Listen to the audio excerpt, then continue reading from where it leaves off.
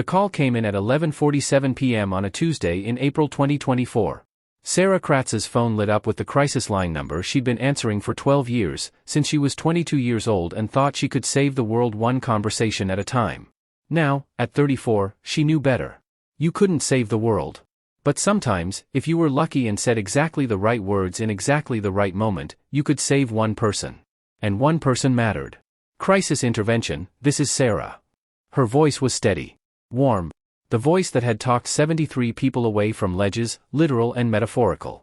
The voice that never trembled, even when her hands did. I can't. The girl on the other end was young. 16, maybe 17. I can't do this anymore.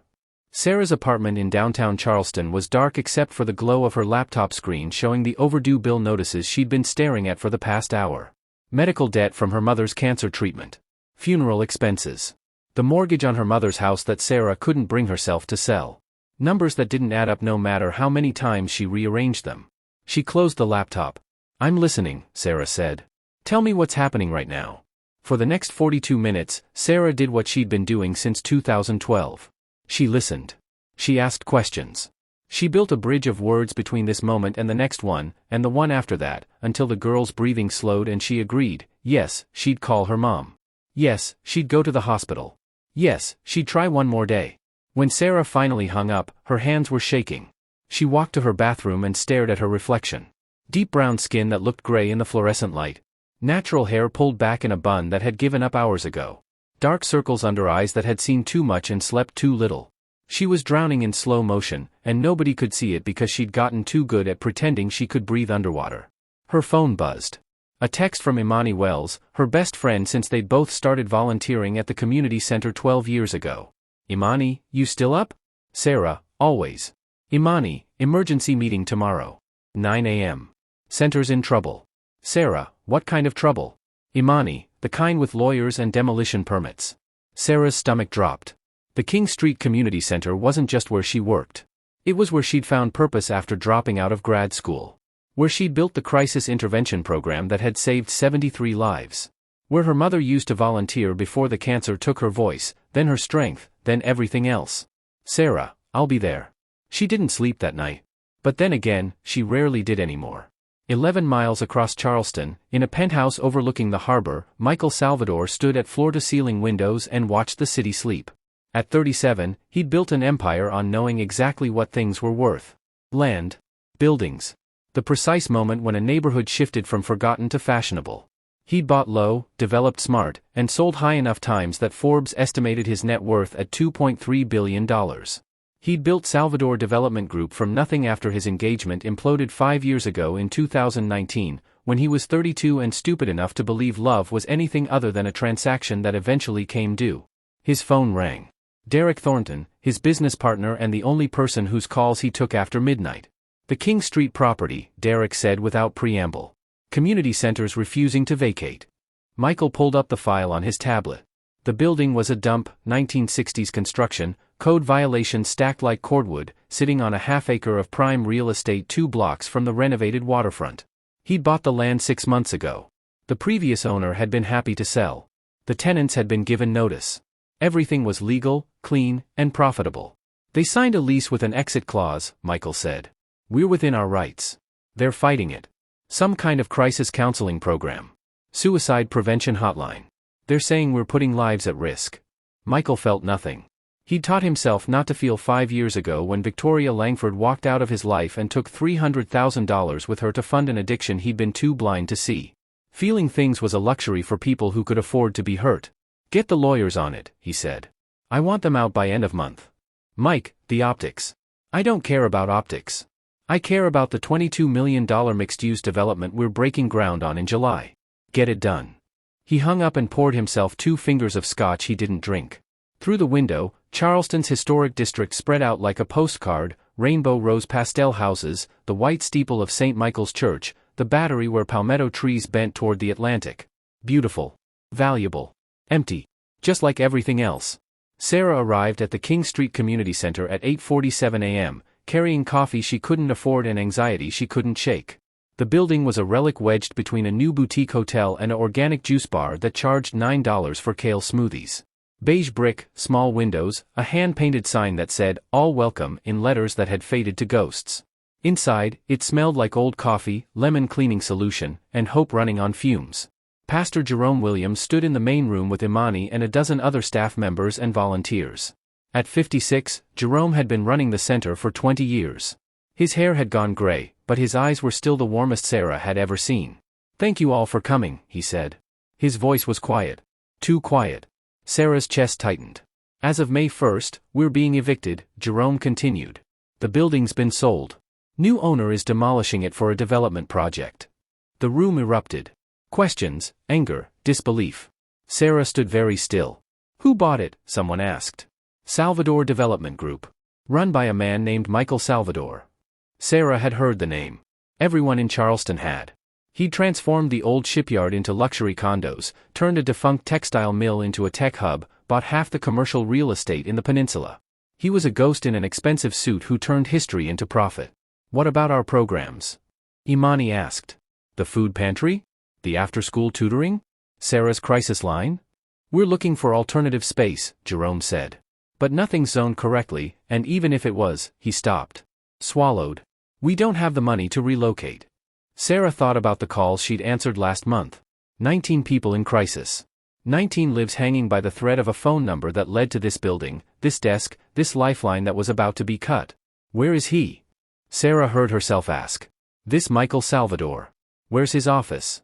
Salvador Development Group occupied the entire 7th floor of a glass tower on Broad Street. Sarah had never been inside a building this expensive. The elevator was so smooth she couldn't tell when it was moving. The lobby had fresh orchids and furniture that probably cost more than her car.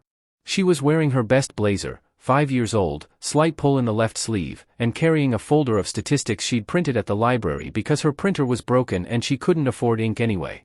The receptionist was polished and blonde and looked at Sarah like she was a smudge on the marble floor. "I need to see Michael Salvador," Sarah said.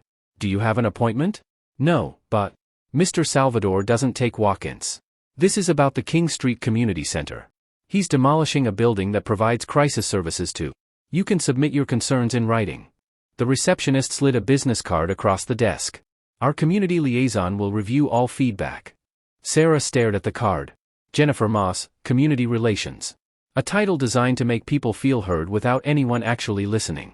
"I need to speak to him directly." "That's not possible. People's lives are at stake." "I'm sure they are." The receptionist's smile was plastic. "Email Ms. Moss. Have a nice day." Sarah walked out before she said something that would make things worse. She stood on Broad Street, watching people in expensive clothes hurry past with expensive coffee, and felt the familiar weight pressing on her chest. The same weight she'd been carrying since her mother died 14 months ago in February 2023, when Sarah was 33 and learned that all the crisis counseling training in the world couldn't prepare you for losing the person who'd taught you how to care about strangers in the first place. Her phone buzzed. The crisis line. She answered on the second ring. Michael was reviewing construction permits when Derek appeared in his office doorway. "Woman here to see you. About King Street." "I don't take walk-ins." "I know. Jennifer sent her away." "But Mike," Derek paused. "You might want to hear this one." "Why?" "Because she's currently on our front steps talking someone out of jumping off the Ravenel Bridge." Michael looked up. Derek held out his phone. The security camera feed showed a black woman in a blazer sitting on the building's front steps, phone pressed to her ear. She was talking, nodding, completely absorbed. People walked past her. She didn't notice any of them. "She's been out there for 20 minutes, Derek said. Security was going to move her along, but then they realized what she was doing. Michael watched the woman's face. Even through the grainy camera feed, he could see the absolute focus. The way she leaned forward like she could reach through the phone and physically pull someone back from the edge. "Get me audio," he said. Derek tapped his phone. The woman's voice came through, mid-sentence. "I know it feels like you're alone, but you're not. I'm right here. I'm not going anywhere." A pause. "My name is Sarah. I've been doing this for 12 years, and I need you to trust me right now. Can you do that? Can you trust me for just 5 more minutes?" Her voice was low, steady, warm enough to thaw frozen things. Michael had built a fortune on reading people. Knowing when they were bluffing, when they were desperate, when they were lying. This woman wasn't performing. She meant every word. "Tell me about your daughter," Sarah said. "You mentioned her name is Alexis. How old is she?" Michael watched her face as she listened. Watched her nod like the person on the other end could see her. Watched her eyes close and her mouth form silent words that might have been prayers. "You're doing great," Sarah said. "You're so brave for calling. Now I need you to do one more brave thing. I need you to step back from the railing. Just one step. That's all. Can you do that for Alexis?" Silence. Long enough that Michael's chest tightened. Then Sarah's shoulders dropped, and she exhaled like she'd been holding her breath for years. "Thank you," she whispered. "Thank you. Now stay on the line with me. I'm calling 911 on another phone, and they're going to send someone to help you. But I'm not hanging up. I'm right here." She pulled a second phone from her bag without missing a beat, dialed, gave the dispatcher information in a clear, efficient voice, then went back to the first call. "They're coming," she said. "I'm so proud of you. You just saved your own life. Do you know how incredible that is?" Michael stood and walked to the window. 7 floors down, the woman, Sarah, was still on the steps, still talking, still completely unaware that she was being watched. "How long has she been with the center?" he asked. Derek checked his tablet. Sarah Kratz. 34 years old. Crisis counselor and volunteer coordinator. Started in 2012 when she was 22. Built their entire intervention program from scratch. According to their annual report, her hotline has a 93% success rate for crisis de-escalation. Success rate, Michael repeated. Like it was a business metric. Like those were just numbers and not actual human lives. Derek shifted. "Mike, the optics on this, if we evict a suicide prevention program." "I'm aware. The press would." "I said I'm aware." Michael watched Sarah through the window. She was still on the phone, still talking. 15 minutes became 20. 20 became 30. She sat on concrete steps in the April sun, and she talked a stranger through the worst moment of their life like she had all the time in the world. Finally, she hung up. She sat very still for a moment, head bowed. Then she stood, straightened her blazer, and walked away. She didn't look back at the building. She didn't know he'd been watching. "Sir?" Derek was waiting. Michael turned from the window. "Set up a meeting. Tomorrow. Her and whoever runs that center." "You're going to negotiate?" "I'm going to listen." He paused. "And Derek?" "Find out everything about her. Who she is. Why she does this. Everything." After Derek left, Michael stood at the window for a long time, staring at the empty steps where a woman named Sarah had saved a life while fighting for a building he was going to demolish. Something shifted in his chest. Something that felt dangerously close to feeling. He poured himself a drink and tried to forget the sound of her voice. It didn't work. Sarah made it 3 blocks before the shaking started. She ducked into an alley between a gallery and a restaurant, leaned against sun-warmed brick, and let her hands tremble. This was the part nobody saw. The aftermath. The crash that came when the adrenaline drained and left nothing but exhaustion and the terrifying knowledge that one wrong word could have meant a life lost. 74 now. 74 people who'd called the crisis line and chosen to stay. 74 strangers she'd never meet who were still breathing because she'd said the right thing at the right time. But who was counting? Her phone rang. "Imani. Any luck?" Imani asked. Sarah thought about the receptionist's dismissive smile, the business card for community relations, the expensive lobby designed to make people like her feel small. "No," she said. "He wouldn't see me. Bastard. We'll figure something out." "Sarah." Imani's voice went soft. "When are you going to stop saving everyone else and let someone help you?" "I'm fine." "You're not. You haven't been fine since your ma died. You're drowning, and you won't even admit you're in the water." Sarah closed her eyes. Imani had been her mother's friend too, back when Claudette Kratz could still volunteer at the center, before the cancer stole her voice in 2023. Imani had held Sarah's hand at the funeral. She'd seen the medical bills, the mortgage statements, the weight Sarah carried alone. "I have to go," Sarah said. "Sarah. I'll call you later." She hung up and stood in the alley, listening to Charleston move around her. Tourists laughing. Church bells ringing. The city she'd lived in her entire life, beautiful and indifferent as ever. Her phone buzzed. Unknown number.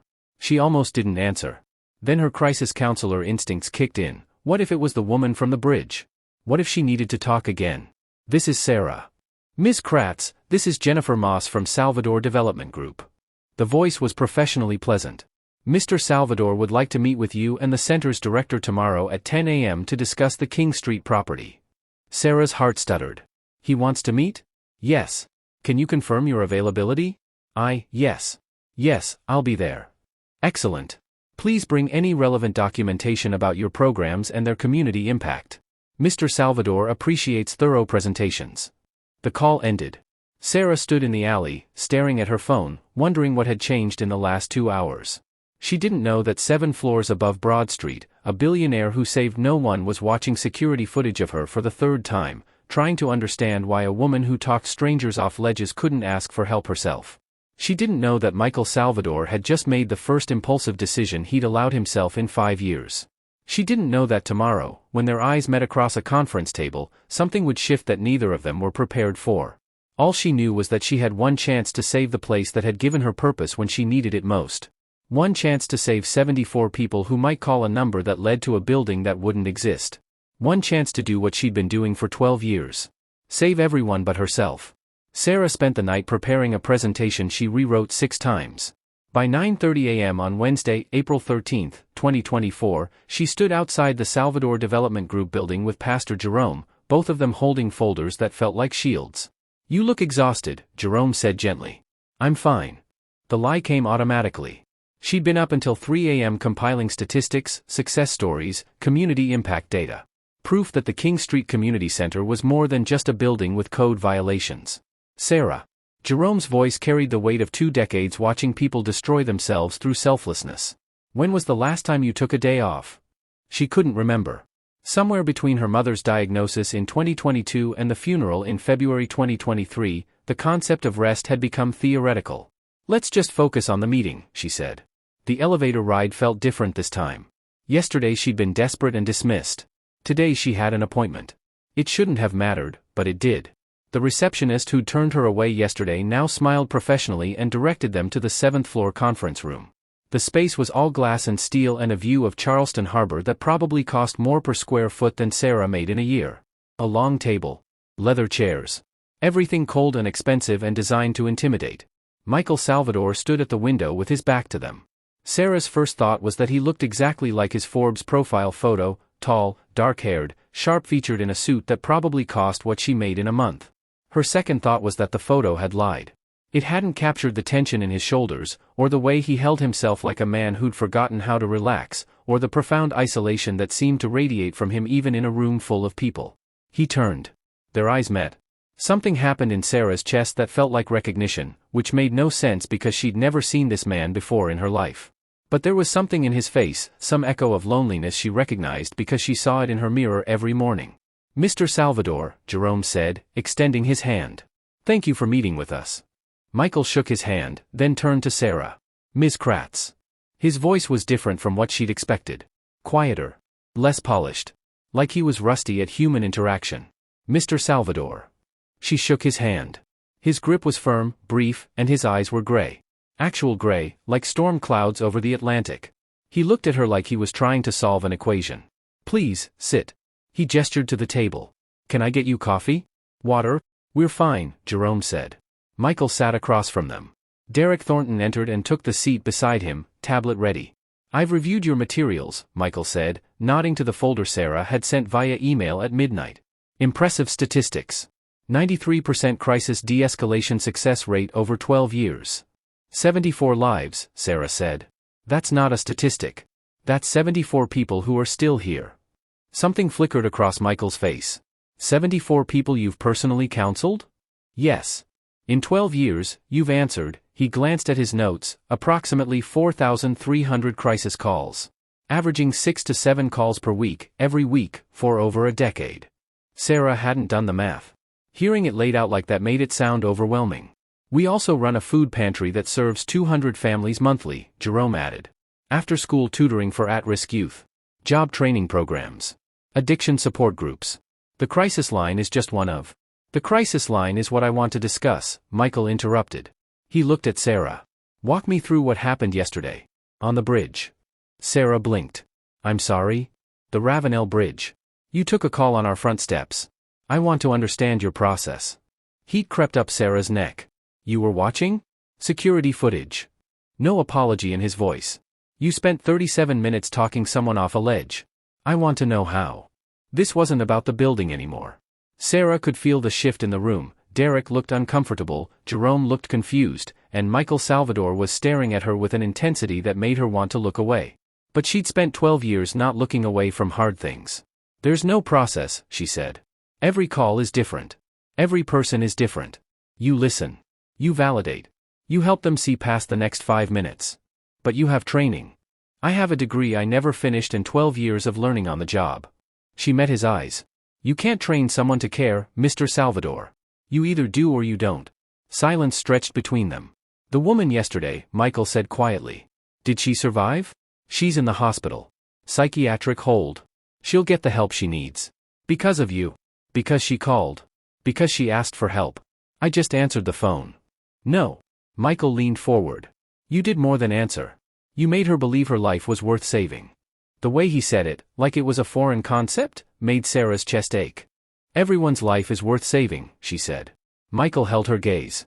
Do you actually believe that? Yes. Even people who've hurt others? Made terrible choices? Destroyed good things? Sarah thought about the calls she'd taken from addicts, abusers, people who'd done things they couldn't undo. She thought about her mother telling her once that everyone deserves the chance to choose differently tomorrow. Especially them, she said. Because they're the ones who've forgotten. Something cracked in Michael's expression. Just for a second, so fast she almost missed it, his carefully controlled mask slipped and she saw raw pain underneath. Then it was gone. Mr. Salvador, Jerome said gently. We're not here to defend our worth. We're here to discuss the center's future. Michael sat back. The businessman returned, replacing whoever had been there a moment ago. You're facing eviction May 1st, he said. That's 18 days. Even if I wanted to delay the project, which would cost millions, you don't have alternative space. The building codes alone. We'll find something, Sarah said. Where? Do you have funding for relocation? Silence. Do you have any funding at all? Michael pressed. We operate on donations and grants, Jerome said quietly. We lost our largest donor last year. We've been running on reserves. How much is left? Jerome hesitated. Enough to operate for another 3 months. Maybe 4 if we cut programs. Which programs would you cut? Michael asked. The question hung in the air like a blade. I don't know, Jerome admitted. The food pantry feeds people who would otherwise go hungry. The tutoring program keeps kids off the streets. The crisis line saves lives, Michael finished. He looked at Sarah. What happens to those 74 people if your number stops working? What happens to the person who calls on day 19, after you've been evicted, and gets a disconnected line? Sarah's throat tightened. She'd been asking herself the same question every night for a week. I'll give you my cell number, she said. I'll answer every call myself if I have to. For how long? You're one person. Then I'll find volunteers. I'll train them. You'll burn out. Michael's voice was sharp. You'll answer calls at midnight while drowning in debt from your mother's medical bills, and you'll keep saving everyone else while you fall apart, and eventually there won't be anything left of you to give. The conference room went dead silent. Sarah stared at him. What did you just say? Michael's expression didn't change, but Derek shifted uncomfortably. You ran a background check on me, Sarah said slowly. Due diligence. You investigated my finances? Public records. Your mother's estate is in probate. The medical liens are public filing. I'm not apologizing for being thorough. Rage flooded through Sarah, hot and clean, and the first thing she'd let herself fully feel in months. She stood. You looked into my dead mother's debts to what? Find leverage? Make me feel small? I looked into your situation to understand what you're actually fighting for. Michael stood too. You're not just fighting for that building. You're fighting for purpose. For the last connection you have to your mother. For proof that suffering means something if you can turn it into saving other people. You don't know anything about me. I know you haven't taken a day off in 14 months. I know you're answering crisis calls at 2 a.m. while your own bills go unpaid. I know you drove yourself to the hospital twice last year for exhaustion and checked yourself out against medical advice both times because people needed you. Sarah's hands were shaking. Stop. I know you're drowning. Michael's voice dropped. And you won't ask for help because you've spent 12 years being the person who saves everyone else, and you don't know how to be the person who needs saving. Tears burned behind Sarah's eyes. She refused to let them fall. This meeting is over, she said. Sarah, Jerome reached for her arm. She pulled away. He's not going to help us. He just wanted to, her voice cracked. He just wanted to prove he could see through me. She walked to the door. Wait. Michael's voice stopped her. Please. Sarah turned. Michael Salvador, billionaire developer who demolished buildings for profit, looked at her with something that might have been regret. I'm not good at this, he said. People. Conversations. I haven't, he stopped. Started again. 5 years ago I decided feeling things was too expensive. I got very good at not feeling anything. And then yesterday I watched you save someone's life on my building steps, and I. He ran a hand through his hair, and for a second he looked lost. I felt something, he finished quietly. For the first time in 5 years, I felt something. And I didn't know what to do with it except find out everything about the person who made me feel it. That was wrong. I'm sorry. Sarah had counseled hundreds of people through vulnerability. She recognized it when she saw it. This man in his expensive suit, in his glass tower, surrounded by everything money could buy, was utterly alone. Just like her. Why did you really call this meeting? She asked. Michael met her eyes. Because I wanted to meet you. The woman who saves people for a living. I wanted to understand how someone does that for 12 years without breaking. What makes you think I haven't broken? Have you? Sarah thought about 3 a.m. panic attacks in her bathroom. About skipping meals because groceries felt impossible. About the weight in her chest that never quite lifted. I'm still standing, she said. That's not the same as not breaking. No. It wasn't. Michael turned to Jerome. Give me 2 weeks. Don't sign anything with alternative locations. Don't make any decisions. Just give me 2 weeks. To do what? Jerome asked. To find a solution that doesn't involve demolishing your building or bankrupting my project. That's impossible, Derek said. The numbers don't work. Then I'll make them work. Michael looked at Sarah. 2 weeks. Will you give me that? Sarah should have said no. Should have walked out. Should have protected herself from whatever this was, this strange, intense man who looked at her like she was a puzzle he needed to solve. But she'd spent 12 years teaching people to accept help when it was offered. 2 weeks, she said. 5 days later, on Monday, April 18th, Sarah was locking up the community center at 9 p.m. when a BMW pulled up to the curb. Michael Salvador got out. He looked different. No suit, just dark jeans and a gray Henley that made his eyes look even more like storm clouds. His hair was slightly messy, like he'd been running his hands through it. You're here late, he said. We had a support group tonight. Addiction recovery. Sarah locked the door. What are you doing here? I've been looking at the building. The property. Trying to find angles. He paused. Can I buy you dinner? Why? Because I want to understand what you do here. Really understand it. And because I haven't had a conversation with someone who wasn't on my payroll in 3 years, and he stopped. I'd like to talk to you. Sarah should have said no. This man was still planning to demolish her workplace. This was probably some manipulation tactic. But he looked at her with those gray eyes, and she saw her own loneliness reflected back. There's a place on East Bay, she said. Nothing fancy. I don't need fancy. I need real. The restaurant was a hole in the wall with the best shrimp and grits in Charleston and plastic tablecloths that had seen better decades. Michael looked completely out of place and completely unconcerned about it. They ordered. Then sat in awkward silence until the food came. Tell me about your mother, Michael said finally. Sarah's defenses went up immediately. Why? Because she's the reason you do this work. Because you loved her enough to bankrupt yourself trying to save her. Because I want to know who raised someone who cares this much. Sarah picked at her food. Nobody had asked about her mother. Not really. People said, I'm sorry for your loss, and moved on because grief made them uncomfortable. Her name was Claudette, Sarah said quietly. She was a nurse for 37 years. Worked the night shift at MUSC. She used to say that 3 a.m. was when people told you the truth, when they were too tired to lie anymore. Michael listened without interrupting. She volunteered at the center every Saturday for 15 years, Sarah continued. That's where I learned that helping people wasn't about fixing them. It was about seeing them. She could look at someone and make them feel like they mattered. Like their life had value. She sounds extraordinary. She was. Sarah's throat tightened. The cancer took her voice first. Throat cancer. By the end, she couldn't talk at all. She'd write notes. Short ones, because even that exhausted her. What did the last note say? Sarah pulled her phone from her bag. Opened her photos. Showed him a picture of lined paper with shaky handwriting. Keep saving them, baby. You're so good at loving people. Michael stared at the photo for a long time. She died 14 months ago, Sarah said. February 2023. I was 33. And I have no idea how to exist in a world where she's not in it. So you save everyone else. It's all I know how to do. Sarah put her phone away. Your turn. Tell me why a billionaire spends 5 years not feeling anything. Michael's jaw tightened. That's not fair? You asked about my mother. I'm asking about your ghost.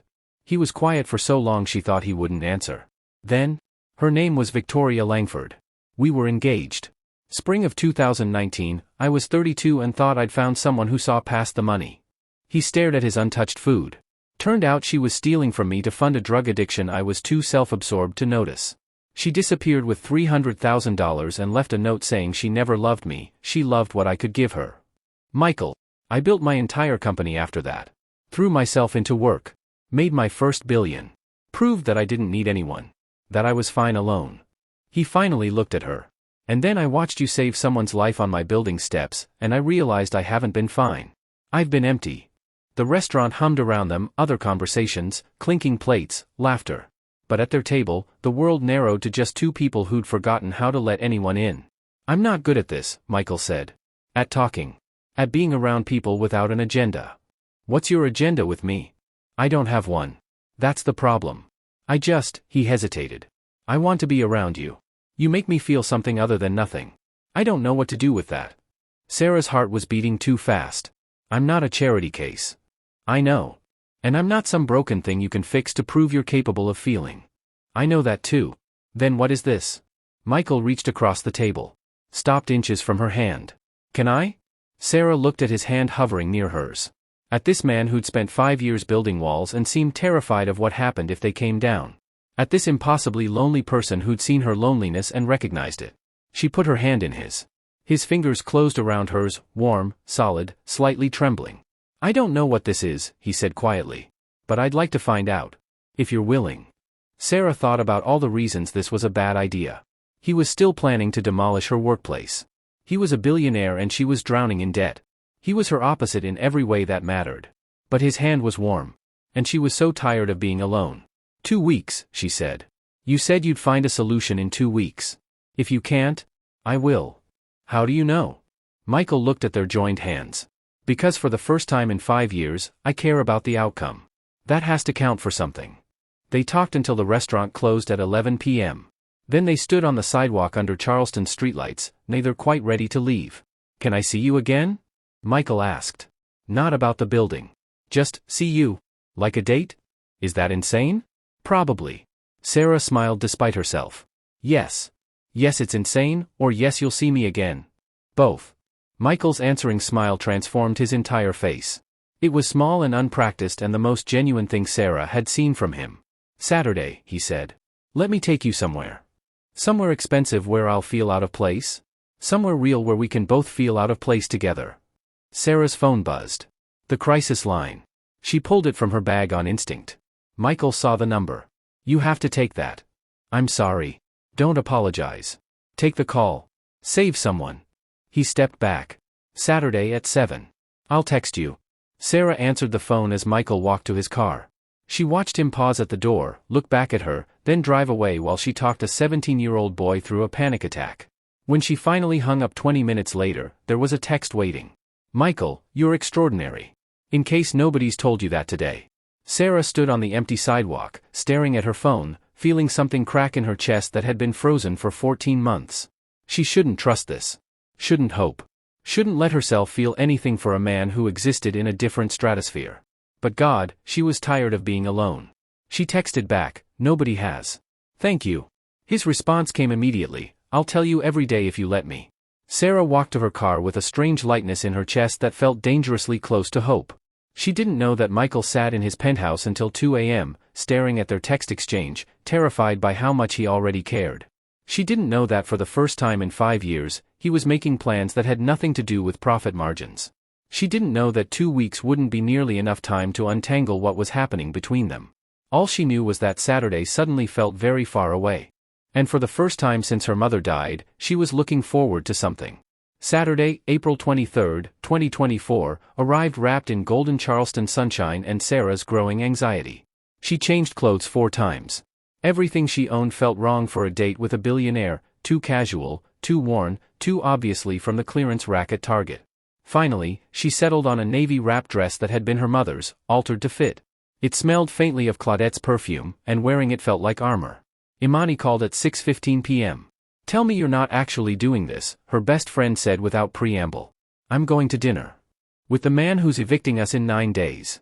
He said he'd find a solution. Sarah. Imani's voice went soft. Baby, when are you going to stop believing everyone can be saved? Sarah stared at her reflection. 34 years old, dark circles covered with concealer, wearing a dead woman's dress on a date she shouldn't be going on. What if he's different, she said quietly. And what if he's not? What if this is just some rich man's guilt trip, and in 2 weeks we're homeless anyway and you've gone and fallen for someone who was never going to catch you? The words hit too close to fears Sarah had been ignoring. I have to go, she said. Sarah. I'll be careful. I promise. She hung up before Imani could argue further. Michael texted at 6:58, I'm downstairs. No pressure, but I hope you still want to do this. Sarah grabbed her bag and headed down. Michael stood beside a different car, not the BMW, but a older model pickup truck that looked actually used. He saw her expression. Too much? I was expecting the luxury car. I thought we agreed on real, not expensive. He opened the passenger door. This was my first vehicle. Bought it when I was 25 with my first paycheck from a construction job. I keep it to remember where I started. Sarah slid into the truck. The interior was clean but worn, and there was a faint smell of sawdust. This felt more honest than anything she'd expected. Where are we going? She asked as he pulled into traffic. You'll see. They drove through downtown Charleston, past the tourist areas, into neighborhoods where Spanish moss draped over narrow streets and houses sat close together. Michael parked near Shem Creek in Mount Pleasant. There's a place here, he said. No tourists. No menus in French. Just good food and a view of the water. The restaurant was a screened porch hanging over the marsh. Fishing boats bobbed in the creek. Egrets picked through the mud flats. The sun was setting, turning everything gold. They ordered, she got the crab cakes, he got the fish tacos, and then sat watching the water. Tell me something real, Michael said. Something you don't tell people. Sarah traced the condensation on her water glass. I haven't been inside my mother's house since the funeral. 14 months, and I can't make myself walk through that door. I pay the mortgage every month on a place I can't even look at. Why not sell it? Because the day I sell it is the day I admit she's really gone. Sarah looked up at him. Your turn. Something real. Michael was quiet for a moment. I have Sunday dinner with my parents every week. Have for 5 years, since the engagement ended. My mother cooks, my father talks about sports, and we all pretend I'm fine. They know I'm not. I know they know. But we keep pretending because admitting I'm lonely would mean admitting Victoria broke something in me I don't know how to fix. You're not broken. How do you know? Because broken people don't try. You're here. You're trying. Their food arrived. They ate and talked, about everything and nothing. Sarah told him about the worst crisis call she'd ever taken, a 16-year-old girl who'd been assaulted and thought her life was over. How Sarah had talked to her for 3 hours until the girl agreed to go to the hospital, then visited her every week for 6 months until she smiled again. Michael told her about the first building he'd ever developed, a rundown apartment complex he'd renovated into affordable housing. How he'd lost money on it but gained something else. How somewhere along the way, he'd forgotten that feeling and started chasing profit instead. What changed? Sarah asked. You, he said simply. Watching you save that woman on the bridge. It reminded me that money isn't the only thing worth accumulating. The sun set completely. String lights flickered on above them. The marsh turned dark and silver. I found something, Michael said. A possible solution for the center. Sarah's heart jumped. What? There's a property 2 blocks from your current location. Old medical building, been vacant for 3 years. It's larger than what you have now, properly zoned, and the owner is willing to sell. Michael, we can't afford. I can. I'll buy it, renovate it to code, and lease it to the center for $1 a year. Sarah stared at him. That would cost millions. Yes. Why would you do that? Michael reached across the table. Took her hand like he'd done at dinner 5 days ago. Because 74 people are alive because of you. Because your mother spent 37 years saving people and you're carrying on her legacy. Because the world needs more places where people can call at 3 a.m. and someone answers. Tears burned Sarah's eyes. I can't let you do that. Why not? Because it's too much. Because I don't know what you want from me in return. Because her voice cracked. Because I don't know how to accept help this big. I don't want anything in return. Michael's thumb traced circles on her palm. That's not true. I want to keep seeing you. I want to take you to dinner and listen to you talk about saving people. I want to figure out what this is between us. But those things aren't conditions. They're just what I want. This is insane. Probably. He smiled. Is that a no? Sarah looked at their joined hands. At this man who'd spent 5 years closed off and was somehow opening up for her. At the possibility of saving the center, saving her programs, saving all the future calls that would come in at 3 a.m. Let me think about it, she said. Take all the time you need. Well, he glanced at his watch. You have 8 days before the eviction, so maybe not all the time. Sarah laughed despite herself. Did you just make a joke? I'm trying this new thing where I'm less of a robot. His expression turned serious. How am I doing? Better than you think. They stayed until the restaurant closed. Then Michael drove her home through Charleston's quiet streets. He parked outside her apartment building and turned to face her. I had a good time, he said. In case that wasn't obvious. It was a little obvious. Sarah smiled. I had a good time too. Can I see you again? Tomorrow?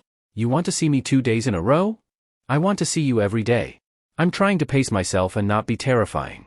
Sarah's heart did something complicated in her chest. Tomorrow works. Michael got out and walked her to her door. They stood in the hallway, and suddenly the air felt charged with possibility. I want to kiss you, Michael said quietly. But I don't want to rush. I don't want you to think this is about. Sarah kissed him. She pressed up on her toes and kissed him, and for a second he froze, surprised, then his hands came up to frame her face and he kissed her back like she was oxygen and he'd been drowning. It was gentle and desperate all at once. It tasted like hope and terror and the feeling of falling when you're not sure if someone will catch you. When they finally pulled apart, both breathing hard, Michael rested his forehead against hers. That was, he started.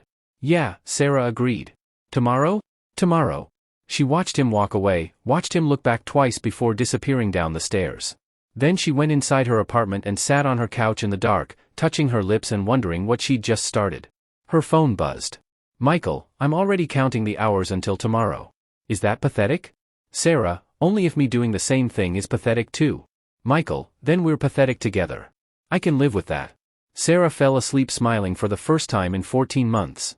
The next 3 weeks blurred together in a way that felt like magic and terrified Sarah in equal measure. Michael took her to Waterfront Park where they fed the Pineapple Fountain's koi fish. To the Battery where they walked under oak trees dripping with Spanish moss. To Rainbow Row where they took a photo she immediately made her phone background. He showed up at the center on a Tuesday afternoon with lunch for the entire staff. Stayed to observe Sarah running a job training workshop, watching her teach resume writing to people who'd forgotten they had value. Afterward, he pulled her aside. You're extraordinary, he said. Do you know that? You keep saying that. Because you keep not believing it. By mid-May, the new building was in contract. Michael's lawyers were drawing up the lease.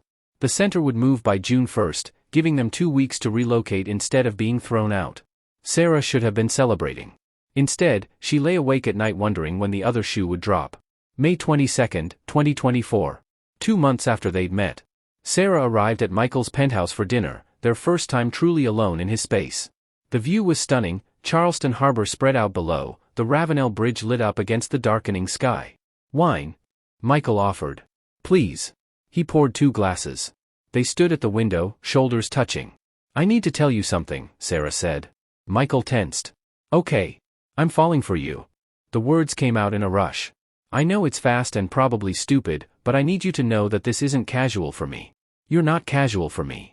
Michael set down his wine glass. Turned to face her fully.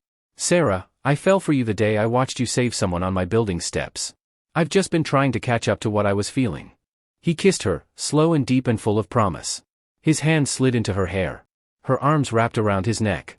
The kiss turned heated, desperate, full of 2 months of wanting. They barely made it to the couch. Later, tangled together in the dim light, Michael traced patterns on Sarah's shoulder. Move in with me, he said. Sarah's eyes flew open. What? Not now. Not tomorrow. But eventually. I want you here.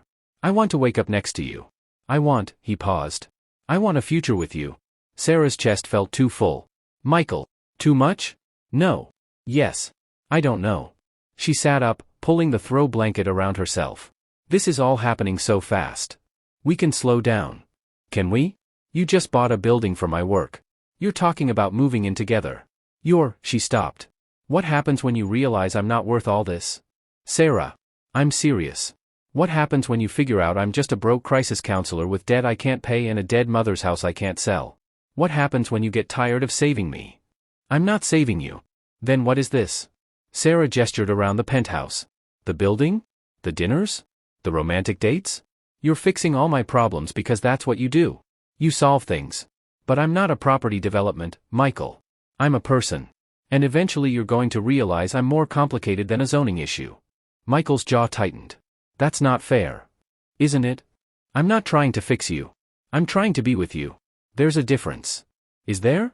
Sarah stood, gathering her clothes. Or am I just another project that makes you feel less empty? The words hung in the air like poison. Michael stood too. You don't mean that. Don't I? Sarah pulled on her dress with shaking hands. I spend my whole life helping people who need me. Maybe you just need me to need you so you can feel like you're good at something other than making money. Sarah, stop. I should go. Don't. Please. We can talk about this. Sarah headed for the door. Stopped with her hand on the handle. I need space. I need to think. How much space? I don't know. She left before she could see the devastation on his face. Sarah made it to her car before the tears came. She sat in the parking garage of Michael's building and sobbed, for her mother, for her loneliness, for the terror of letting someone in only to watch them eventually leave. Her phone rang. Imani. I can't talk right now, Sarah said. Yes, you can. I'm downstairs at your place. Get over here. 20 minutes later, Sarah collapsed on Imani's couch and told her everything. You pushed him away, Imani said when she finished. I know. Because you're scared. I know that too. Imani sighed. Baby, when your ma died, you stopped believing anyone would stay. But that man just bought you a building. He's not going anywhere. People always leave. Not always. Not if you let them stay. Sarah's phone buzzed. A text from Michael. I'm not giving up on you. On us. Take your space. I'll be here when you're ready. Sarah stared at the message, crying too hard to respond. 3 days passed. Sarah threw herself into work, answering calls, coordinating the move to the new building, avoiding Michael's texts that came once a day, always gentle, never demanding. Michael, May 23rd, thinking of you. No pressure. Just wanted you to know. Michael, May 24th, the moving company is scheduled for next week. Let me know if you need anything. Michael, May 25th, I miss you. Sarah didn't respond to any of them. She was too busy trying to remember how to breathe without feeling like she was drowning. May 26, 2024. Friday afternoon. Sarah was at the center, packing books for the move, when Jerome appeared in the doorway. Someone here to see you, he said. Sarah looked up. If it's Michael, tell him I'm. It's not Michael. A woman stepped into view. Tall, blonde, impossibly beautiful in designer clothes that probably cost more than Sarah's monthly rent. Everything about her screamed money and polish and a world Sarah didn't belong to. Sarah Kratz, the woman said. Her voice was smooth, controlled. Yes? I'm Victoria Langford. She extended a perfectly manicured hand. Michael's ex-fiancée. We need to talk. Sarah's blood turned to ice. Victoria's smile was sharp as broken glass. I hear you've been seeing Michael. That must be nice. Every instinct Sarah had screamed danger. This woman looked like she'd come to destroy something. And Sarah had a terrible feeling that something was her. Sarah stared at Victoria Langford, trying to reconcile the polished woman before her with the ghost that haunted Michael's past. I don't think we have anything to talk about, Sarah said, setting down the box of books. Please. Victoria's voice lost its edge.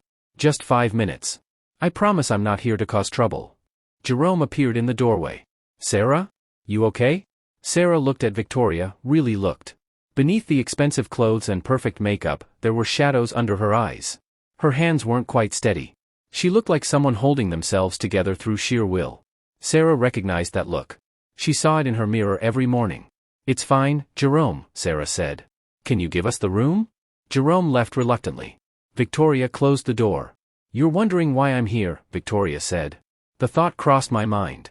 Victoria sat in one of the folding chairs, and suddenly she looked less like a threat and more like a tired woman carrying heavy things. I'm here because Michael deserves to be happy. And because I think you might be the person who can make him happy. But you're running. Sarah's defenses slammed up. How do you know? Because I've been checking in on him. Not stalking, Victoria added quickly. Just making sure he's okay. I saw you two together at Waterfront Park last week. I saw how he looked at you. Her voice went soft. I've never seen him look at anyone like that. Not even me. Why do you care? Victoria was quiet for a long moment. When she spoke, her voice was raw.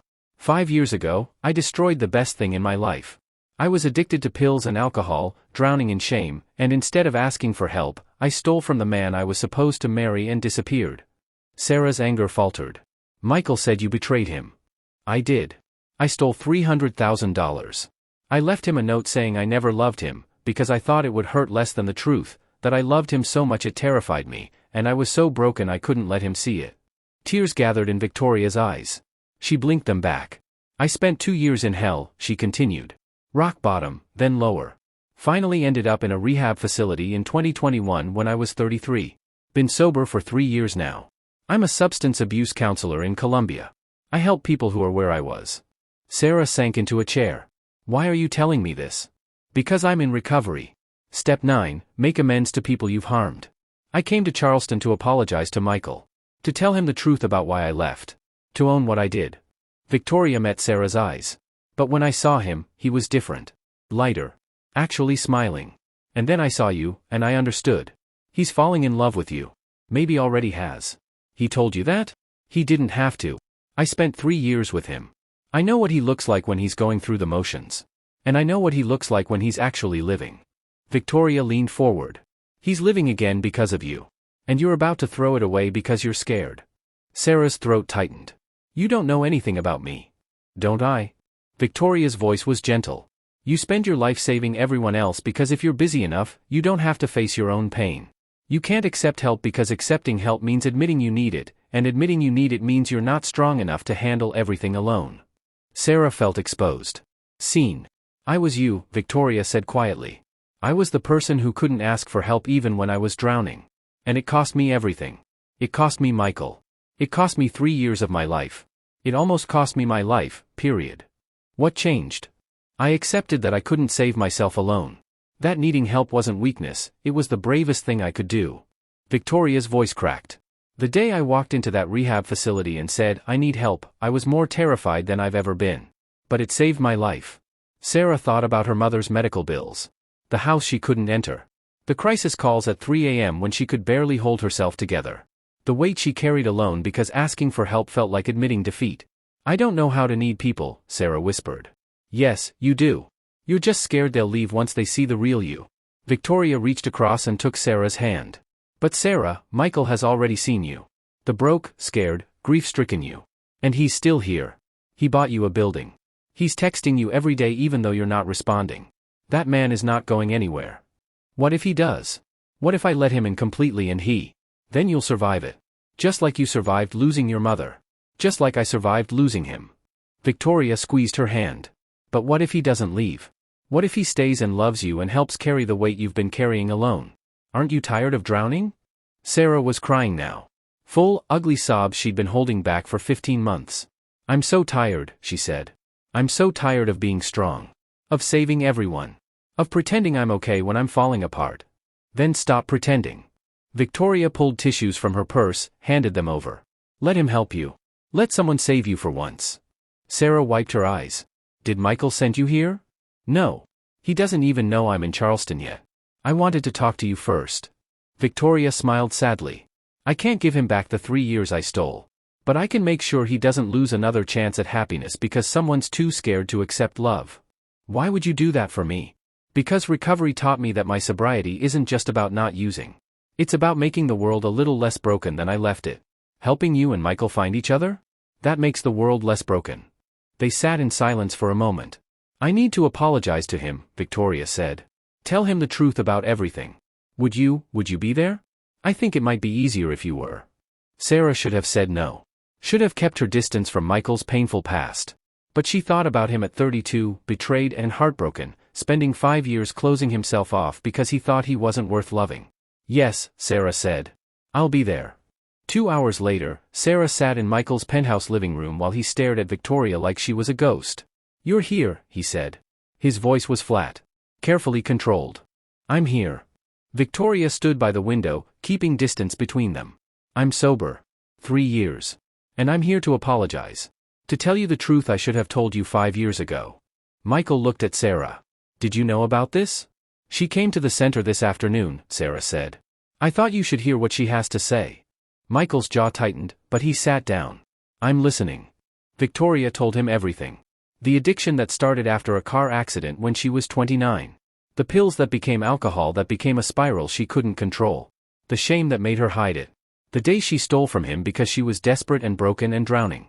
I wrote that note saying I never loved you because I thought it would hurt less than the truth, Victoria said, tears streaming down her face. But the truth is I loved you so much it terrified me. I was broken and you were perfect, and I couldn't let you see how broken I was. So I destroyed us before you could discover it yourself. Michael sat very still. You could have asked for help. I know. But I spent my whole life being the perfect daughter, the perfect student, the perfect fiancée. Asking for help meant admitting I was failing. And her voice broke. I didn't know how. Sarah watched Michael's face. Watched pain and anger, and something that might have been understanding wore across his features. I'm not asking for forgiveness, Victoria said. I don't deserve it. I'm just asking you to know the truth. That I didn't betray you because you weren't enough. I betrayed you because I was drowning and couldn't admit it. Michael stood. Walked to the window. Stared out at Charleston Harbor for a long time. Thank you for telling me, he said finally. It doesn't undo what happened. But it helps to understand why. That's all I wanted. Victoria wiped her eyes. And Michael? I saw you with Sarah. You look happy. Actually happy. Don't let fear make you lose her the way I lost you. She started for the door, then paused. Looked at Sarah. He's worth the risk, she said quietly. I promise. Then she was gone. Sarah and Michael sat in silence for a long time after Victoria left. Are you okay? Sarah asked finally. I spent 5 years hating her, Michael said. 5 years thinking I wasn't enough. That I'd failed somehow. He turned to face Sarah. Finding out she was just scared, that she needed help and couldn't ask for it, it changes everything. Does it? Because I understand it now. He crossed the room, knelt in front of Sarah's chair. You pushed me away 3 days ago because you're terrified. Because accepting my help feels like admitting you can't handle everything alone. Because you've spent so long being strong that you've forgotten it's okay to need people. Sarah's eyes filled with tears. But Sarah, needing help doesn't make you weak. It makes you human. Michael took her hands. I've spent 5 years closed off because I thought feeling things was dangerous. And then you came into my life and reminded me that the dangerous thing isn't feeling, it's not feeling. It's being so scared of being hurt that you stop living. I'm terrified, Sarah whispered. Of what? Of letting you in completely and then losing you. Of needing you and having you leave. Her voice cracked. Of being happy and then having it ripped away like my mom was ripped away. I can't promise I'll never hurt you, Michael said. I can't promise forever because I don't know what forever holds. But I can promise that right now, in this moment, I love you. And tomorrow I'll love you. And every day after that, I'll choose to love you. Isn't that enough? Sarah thought about her mother's last note, keep saving them, baby. You're so good at loving people. Maybe it was time to let someone love her back. I love you, she said. I'm terrified and messy and drowning in debt and I can't walk into my dead mother's house, but I love you. Michael pulled her into his arms. Then let me help you. Not because you're a project or because I need to fix things. But because I love you, and that's what people who love each other do. They carry the weight together. Sarah buried her face in his neck and cried, for her mother, for herself, for all the years she'd spent being strong when she should have been asking for help. I need help, she whispered against his skin. I'm drowning and I need help. I've got you, Michael said. I promise. I've got you. They stayed like that for a long time. Then Michael made tea and they sat on his couch, Sarah curled against his side. Tell me about your mom's house, he said. So Sarah did. She told him about the yellow kitchen where Claudette taught her to make biscuits. About the garden where they grew tomatoes every summer. About the front porch where they sat on Sunday afternoons and her mother told stories about her nursing shifts. I can't go back there, Sarah said. Every time I think about walking through that door, I panic. What if you didn't go alone? Michael asked. What if I went with you? Why would you do that? Because you need to say goodbye. Because that house is full of memories you're losing by avoiding it. Because, he kissed her forehead. Because I love you, and helping you face hard things is part of loving you.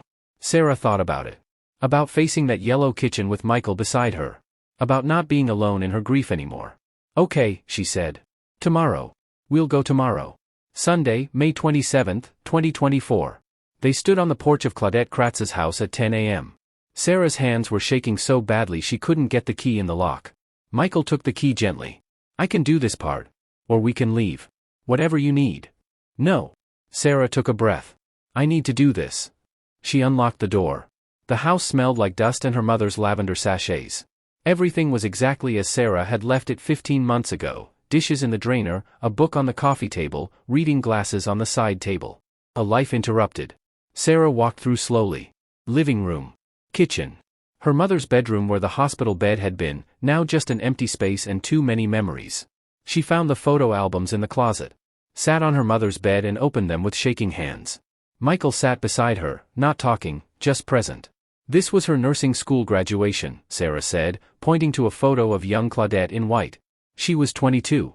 Same age I was when I started at the center. They looked through decades of photos. Claudette at work. Claudette at the center. Claudette holding baby Sarah. Claudette at Sarah's college graduation, so proud. Sarah stopped at the last photo, taken a week before Claudette lost her voice. She was thin, tired, but smiling at the camera. At Sarah behind it. She looks happy, Michael said. She was. Even at the end, she was happy. Sarah traced her mother's face. Because she'd spent 37 years helping people, and she knew her life mattered. Just like you. Sarah closed the album. Looked around the bedroom. I think I'm ready to let this go, she said. Not the memories. Never the memories. But the house. The weight of keeping it frozen in time. You want to sell it? I want to donate it. To a family who needs it. Through the center's housing program. Sarah smiled through tears. Mom would love that. Her house helping someone start over. Michael pulled her close. That's perfect. They spent the rest of the day going through the house. Sarah kept some things, photos, her mother's nursing pin, the recipe box, a quilt. The rest they would donate or distribute to family. In the kitchen, Sarah found her mother's final note tucked in the recipe box. The one she'd shown Michael at dinner weeks ago. But beneath it was another note, in shakier handwriting. Sarah baby. If you're reading this, I'm gone. I'm sorry I left you. I'm sorry you have to carry so much alone. But baby, you're not alone. You've never been alone. You're surrounded by people who love you. Let them help. Let them in. Let yourself be saved the way you save everyone else. You taught me that loving people was your purpose. Now I'm teaching you, being loved is just as important. Stop being so strong and let yourself need people.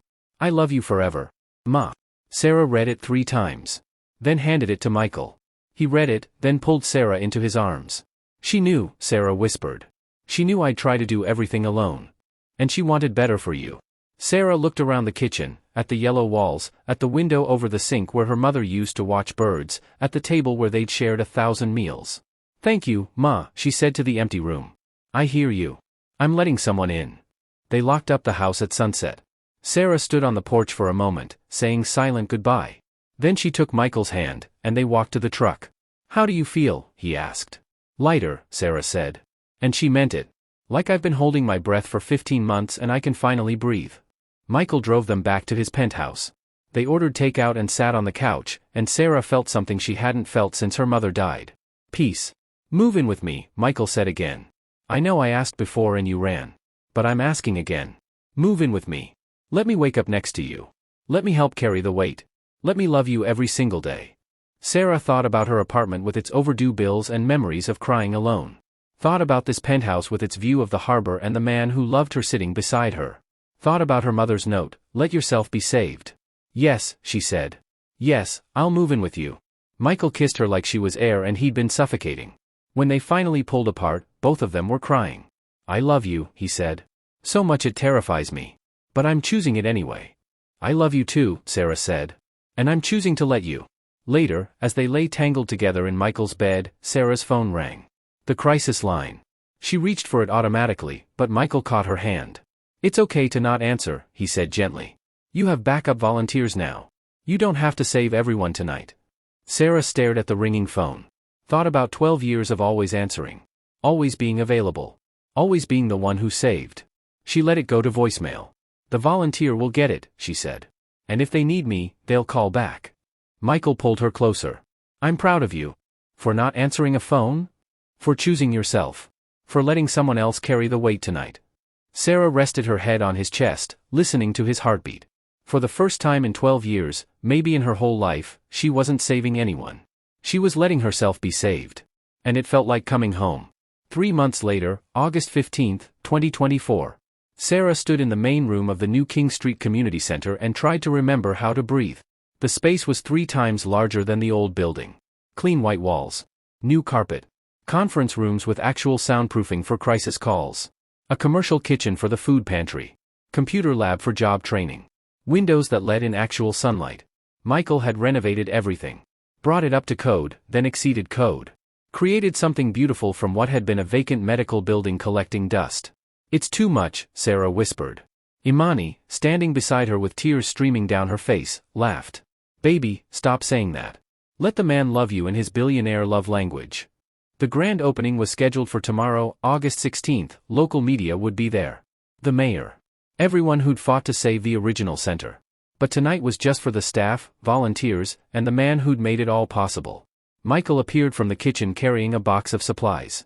At 37, in jeans and a t-shirt, sleeves rolled up and hair messy from work, he looked nothing like the cold businessman she'd met 5 months ago in April. He looked happy.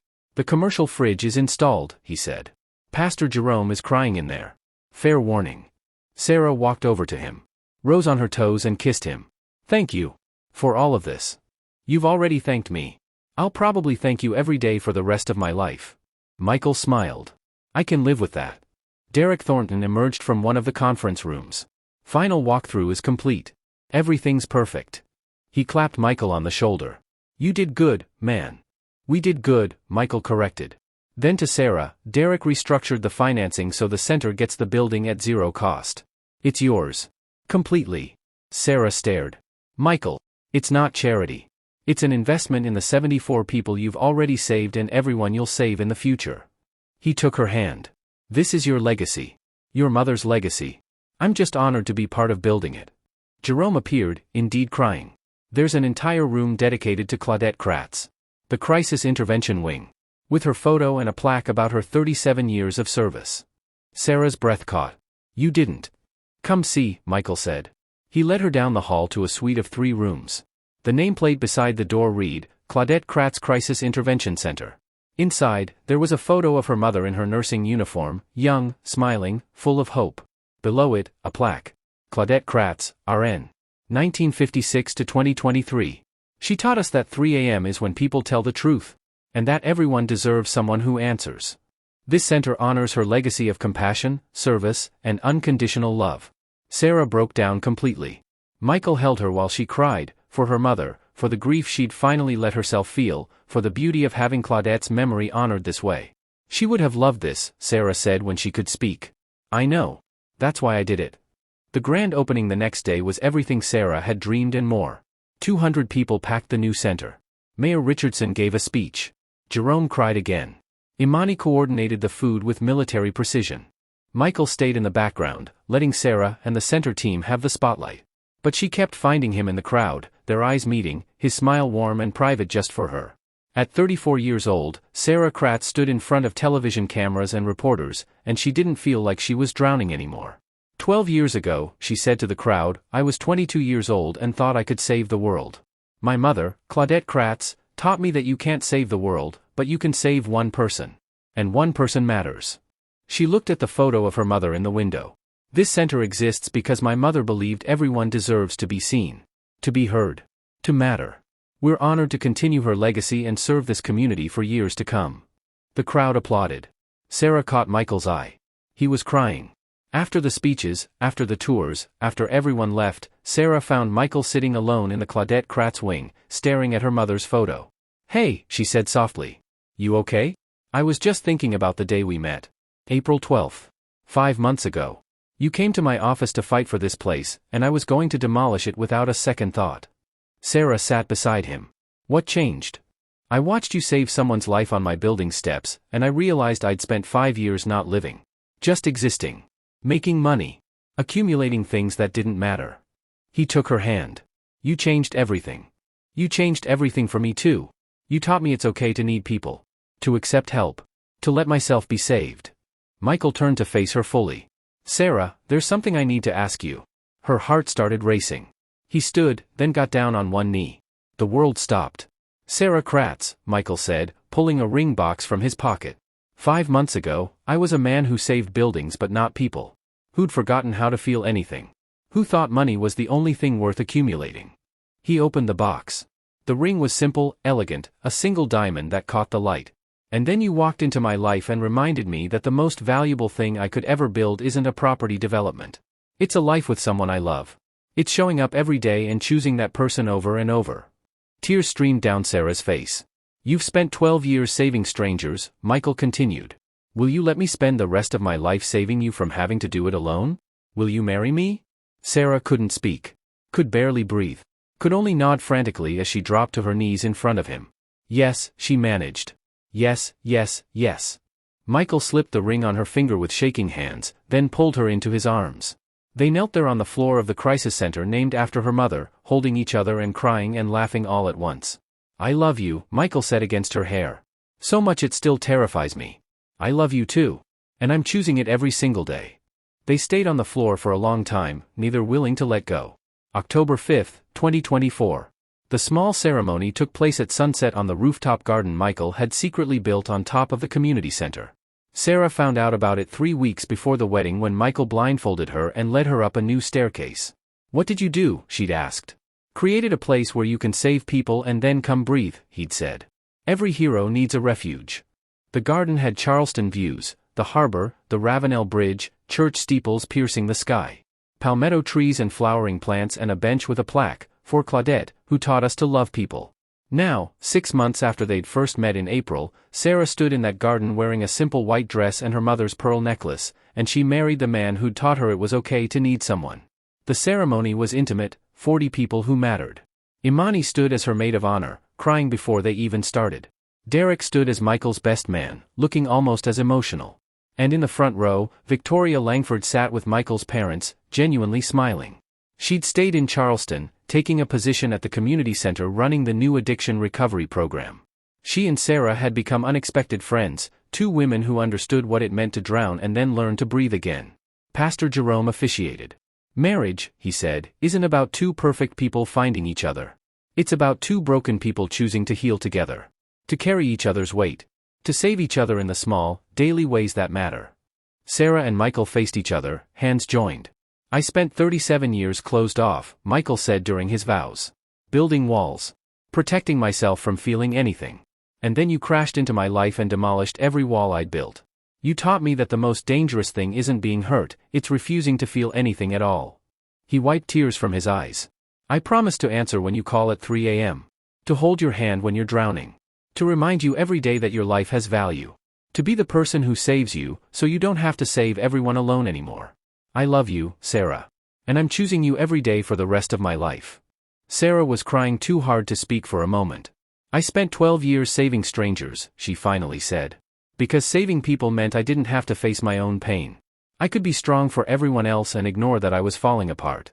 She squeezed his hands.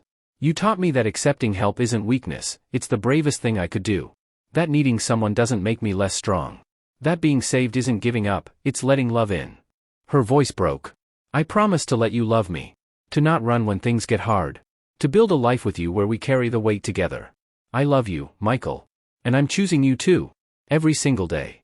Jerome smiled through his own tears. "By the power vested in me, I now pronounce you husband and wife. Michael, kiss your bride." Michael pulled Sarah into his arms and kissed her like they weren't standing in front of 40 people. Kissed her like she was oxygen and hope and every good thing he thought he'd lost. The garden erupted in applause.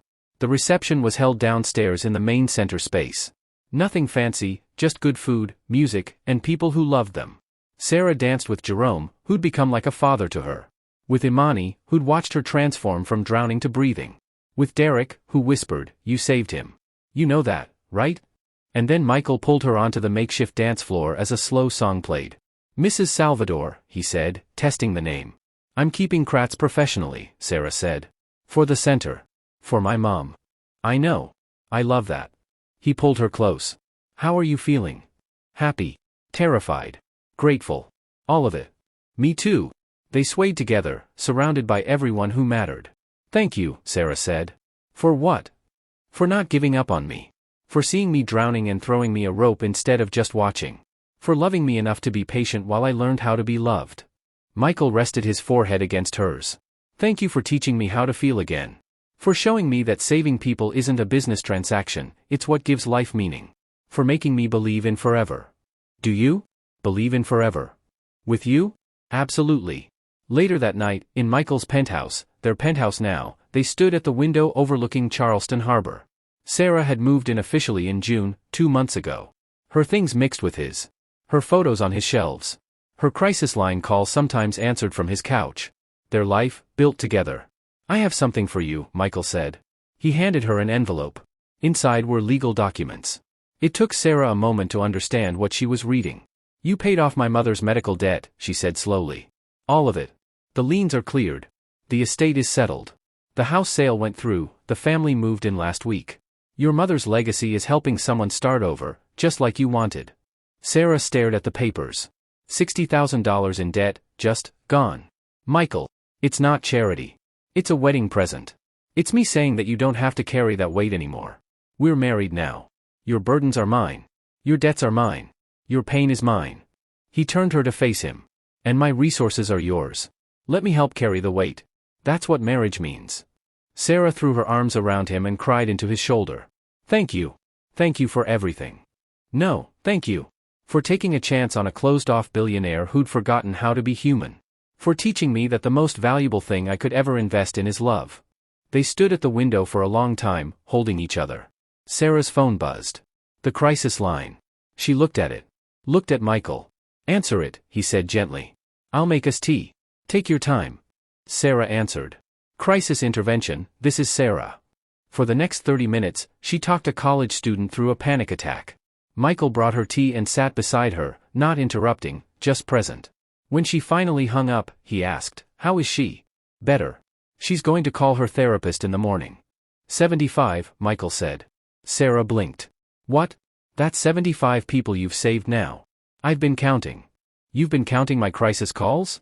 Someone has to keep track of the lives you're changing. He kissed her forehead. I'm proud of you. Every single day, I'm so proud of you.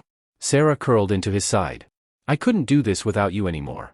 The calls, the work, all of it. Knowing you're here waiting makes it possible to give everything to them, because I'm not coming home to emptiness. You'll never come home to emptiness again. I promise. Epilogue. April 12, 2025, 1 year after they met. Sarah stood in the Claudette Kratz Crisis Intervention Wing, watching the volunteers she'd trained handle the phones. The crisis line ran 24 hours now, staffed by 12 trained counselors. She didn't have to answer every call alone anymore. She was 4 months pregnant. They'd found out in January, a surprise that had terrified and thrilled them both. Sarah had cried for an hour, overwhelmed by the idea of bringing a child into a world that had taken her mother too soon. Michael had held her and said, Our child will know both grandmothers through stories. And they'll grow up watching their mother save lives. They'll learn that loving people is the highest calling there is. Now, at 35, Sarah ran her hand over the small bump beneath her shirt and felt something she hadn't felt in years. Complete peace. There you are, Michael said, appearing in the doorway.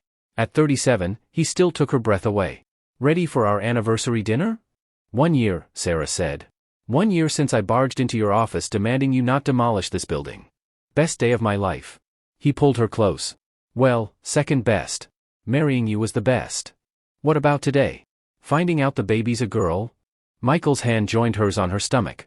Okay, today might be tied for first. They decided on a name already, Claudette Grace Salvador. Claudette for her mother. Grace for the gift of second chances. Your mom would be so happy, Michael said. About all of it. The center. Us. The baby. I know. I can feel her sometimes, you know? Like she's here watching. Proud. She is proud. I'm sure of it. They stood in the crisis wing, surrounded by photos of Sarah's mother and the volunteers answering phones, saving lives, continuing the legacy. Sarah's phone buzzed. Not the crisis line, a text from Victoria.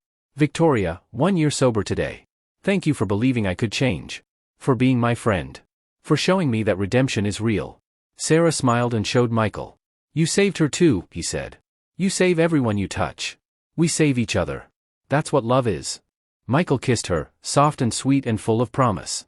Happy anniversary, Mrs. Salvador. Happy anniversary, Mr. Kratz Salvador. Sarah grinned. We really need to decide whose name we're using. I don't care what name we use as long as I get to spend forever with you. They walked out of the center hand in hand. Tomorrow, Sarah would be back answering calls. Michael would be developing his latest project, affordable housing for families in need, because his wife had taught him that profit wasn't the only measure of success. But tonight, they would celebrate 1 year of choosing each other. 1 year of learning that being saved wasn't weakness, it was love in action. 1 year of proving that two broken people could heal together. As they drove through Charleston toward their anniversary dinner, past Rainbow Row and Waterfront Park and the Battery where they'd walked on their second date, Sarah thought about everything that had changed in 12 months. A year ago, she was drowning in grief and debt, alone in her pain, unable to ask for help. Now she was married to a man who'd taught her that accepting love was just as important as giving it. She was building a family. Her mother's legacy lived on in the center. And she'd learned that saving people didn't mean doing it alone. "What are you thinking about?" Michael asked. "How grateful I am. For you. For us. For all of it. Even the scary parts? Especially the scary parts. Because the scary parts led to this." Michael lifted her hand and kissed it. "I love you. More today than yesterday. Less than tomorrow." Sarah watched Charleston pass by outside the window, the city where she'd been born, where her mother had served for 37 years, where she'd found her purpose and her person. "I love you too," she said. "Thank you for saving me. Thank you for letting me." 10 years later, 2034. Claudette Gray Salvador, age 9, sat at the crisis line desk with headphones too big for her head, listening intently as her mother trained a new volunteer. Sarah, at 44, had been running the Claudette Kratz Crisis Intervention Center for over a decade. They'd expanded to 3 locations across South Carolina. Trained over 100 crisis counselors. Saved countless lives. And every night, she went home to the man who'd first saved her. Michael, at 47, had shifted Salvador Development Group's focus entirely to affordable housing and community development. He'd built 12 community centers across the Southeast, each with crisis intervention wings. Their daughter knew the story of how her parents met.